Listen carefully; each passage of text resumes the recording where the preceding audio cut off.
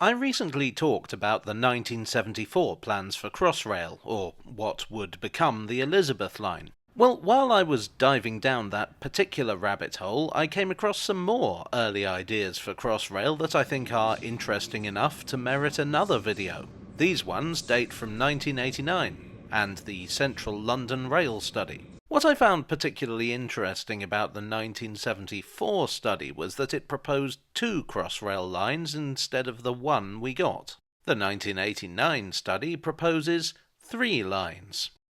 The three lines proposed are the east to west Crossrail, the north to south Crossrail, and the City Crossrail. The east to west Crossrail is not so different from the Elizabeth line that we got. The central core of it is a tunnel from Paddington to Liverpool Street, where it appears it would have surfaced. At the western end it goes on to Slough, Heathrow and Ealing Broadway. No mention of Reading, but it's interesting that Heathrow has been added to the scheme since 1974. At the eastern end it goes to Shenfield, but interestingly it suggests that there might also be services to Enfield. Presumably this would involve running over what's now the Weaver line of the Overground.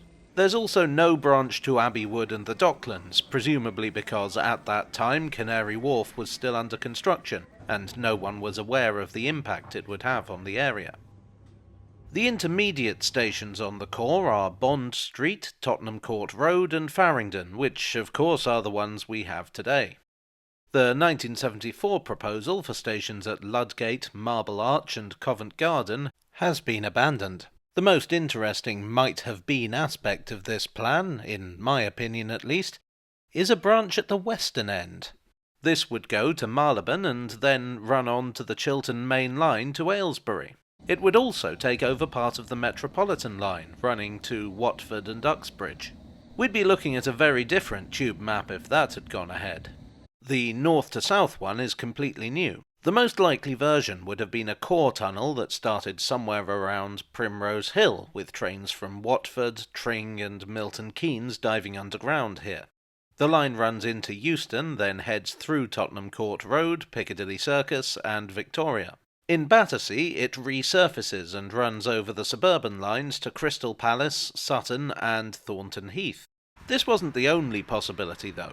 At the northern end, it could have headed north on to the lines to Luton and Bedford, taking over the Thameslink line, with Thameslink itself being rerouted over the East Coast Main Line.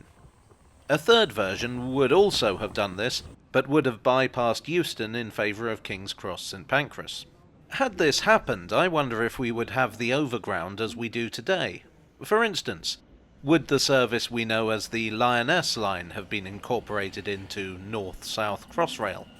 It goes without saying that Thameslink would be radically altered, although of course these days it does use East Coast routes as well as the line to Luton.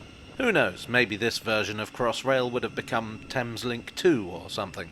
Given how congested the Thameslink core gets, I think that maybe an additional north-to-south tunnel wouldn't be a bad thing. City Crossrail interests me because it involves my beloved Northern City line, the weirdest and spookiest line in London. This one would have run from Finsbury Park over the existing Northern City line to Essex Road, whereupon it would have gone into a new tunnel all the way to London Bridge. There would have been intermediate stations at Liverpool Street and Fenchurch Street. Then there was the possibility of extending south onto the Mid-Kent line down to Hayes. So many of these proposed rail schemes seem to involve taking over the line to Hayes, you'd think someone would have done something about it by now. At the northern end, meanwhile, it would have done what the Northern City line does, and trains would have gone on to places like Welwyn Garden City and Hertford North. Somewhat worryingly, if you are an aficionado of weird stations, it looks like the Northern City line stations might have been closed down, or at least they aren't mentioned in this document. I definitely miss Essex Road. Of course, it is possible that the stations would remain open, they just wouldn't be served by the Crossrail services. But who knows? The station for Fenchurch Street is described as Fenchurch Street/Tower Hill, and that raises questions. Fenchurch Street and Tower Hill are very close together. I wonder if the two stations would have been combined under this plan. Possibly the writers of the report hadn't thought that far ahead. But given that even now there's pressure to rebuild Fenchurch Street, I think it's a strong possibility. This in turn raises the question of what happens to the then new Tower Gateway. Would they have taken the opportunity to knock it down and give the DLR direct interchange with Crossrail? I mean, I don't think it's a ridiculous idea. Tower Gateway has always been a bit of a compromise of a station. The report concludes, unsurprisingly, that the east-to-west route is the most useful. It was intended primarily to take pressure off the Central, Circle and Metropolitan lines. Next highest priority was north to south, which was aimed at offloading passengers from the Northern and Victoria lines. They projected that the central section would be the most heavily used, probably more heavily used than the east-to-west route. But they thought the northern section probably wouldn't be all that busy. City Crossrail was considered to be useful, but not super useful. Very much third in line of the plans. In the evaluation of schemes, they also propose a fourth idea that would combine elements of north to south and east to west to create the east to south Crossrail. This would run from Liverpool Street to Victoria, although it doesn't give many details as to what this would entail. The north-south and east-west schemes had an interchange at Tottenham Court Road, so I guess that would be where the line changes direction, but I can only speculate from what's written in the report.